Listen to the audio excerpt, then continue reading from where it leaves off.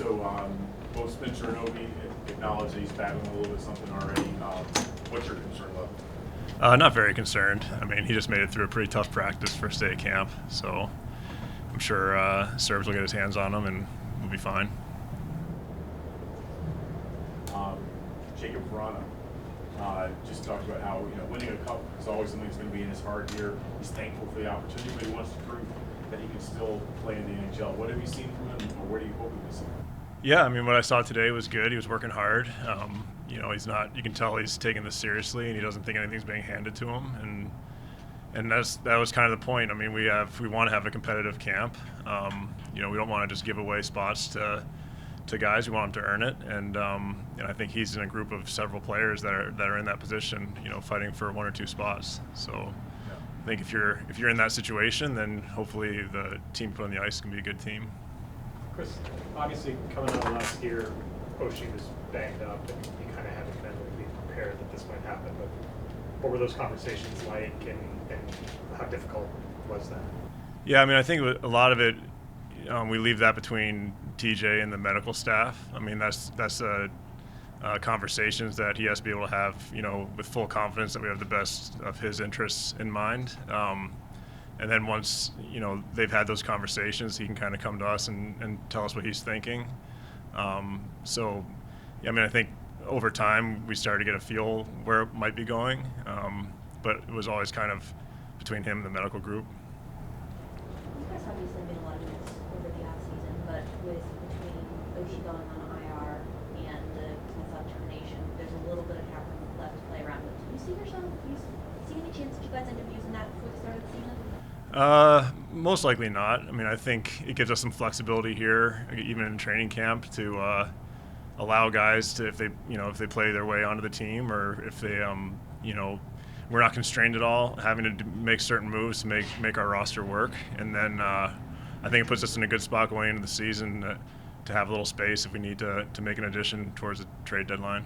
Is Mac jealous that you have cap space in your first year on the job? Yeah, I mean, yeah, he probably is a little jealous, actually. Yeah, he might have used it actually at this point. Yeah. Do you have to be a little bit patient, more patient, and just maybe Spencer as well, because you are bringing in so many new guys? I mean, it's essentially a third of your roster wasn't here last year.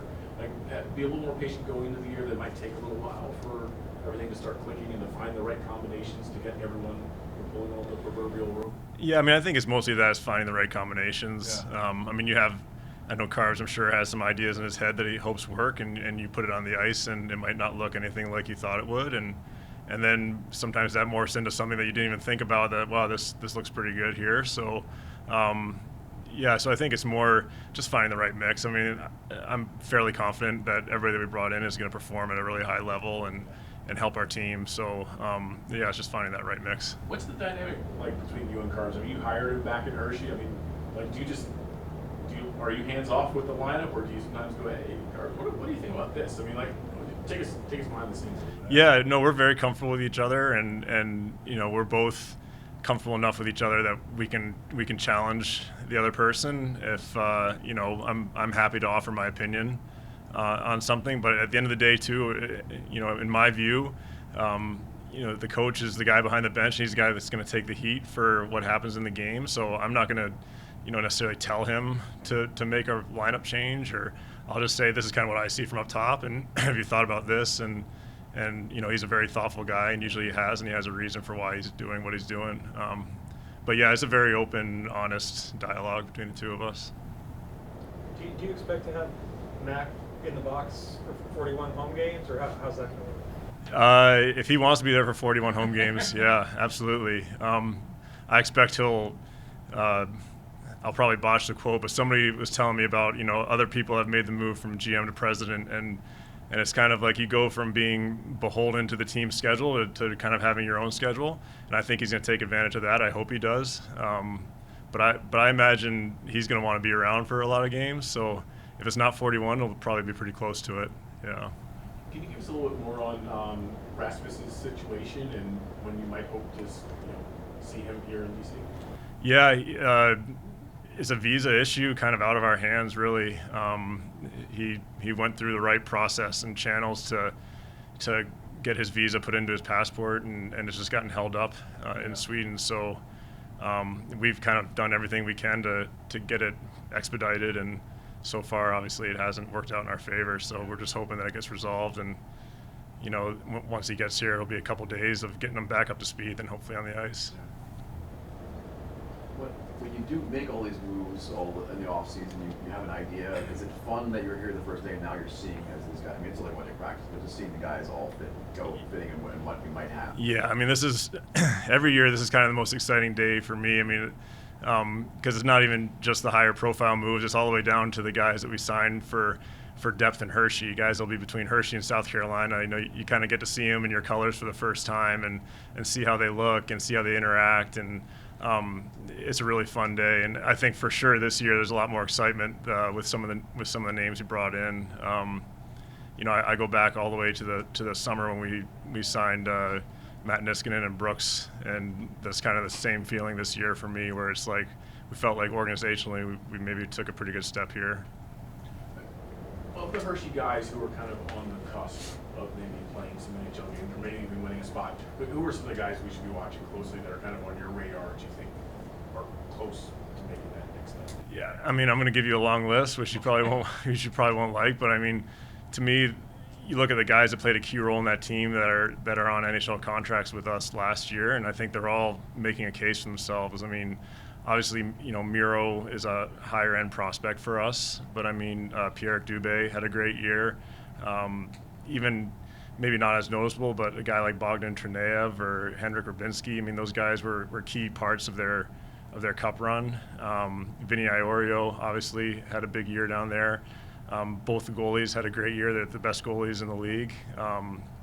So it's a lot of guys, which is Frank also jumped out? Yes, sorry. Yeah, Ethan Frank as well. So it's a lot of guys, which is kind of to my point earlier. We want a lot of guys competing for a couple spots. Yeah. And that's, to me, kind of a formula that you can have success with. Kind of high stakes for Miro. It feels like at 20 years old, like he either kind of wins a job in Washington or doesn't do a whole lot, for his development to be kind of in and out of all that, right? So maybe like these next 2.5 weeks are kind of important for him, right? Yeah, I mean, I think it's important for everybody that's not a returning veteran that kind of knows where he's going to be. I wouldn't necessarily say high stakes.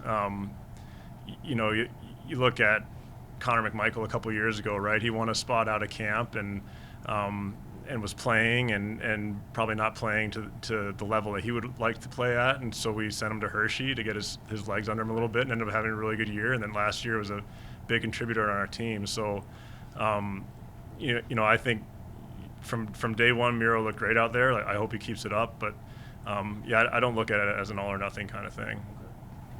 Chris, I mean, Alex has obviously scored 42 goals in the seasons before, except he's never done it at age 39. Like, what's realistic, kind of production-wise, from a 39-year-old player who's been the best goal scorer of this generation?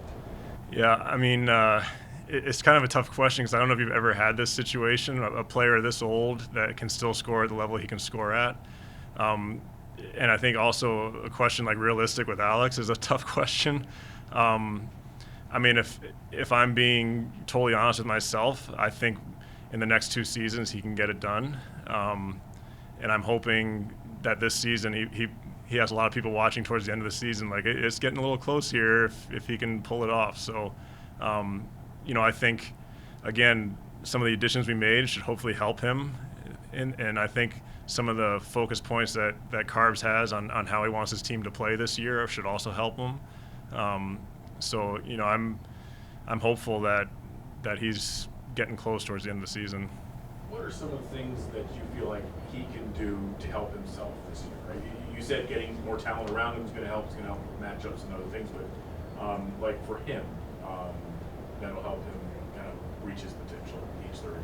Yeah, I mean, I think for any player this age now, you're just trying to make sure your body can make it through the season, right? I mean, it's a lot harder than it was when you were 23, 24. So, just taking care of himself off the ice and doing the treatments and the recovery stuff and trying to make sure that anything nagging doesn't become anything worse than that.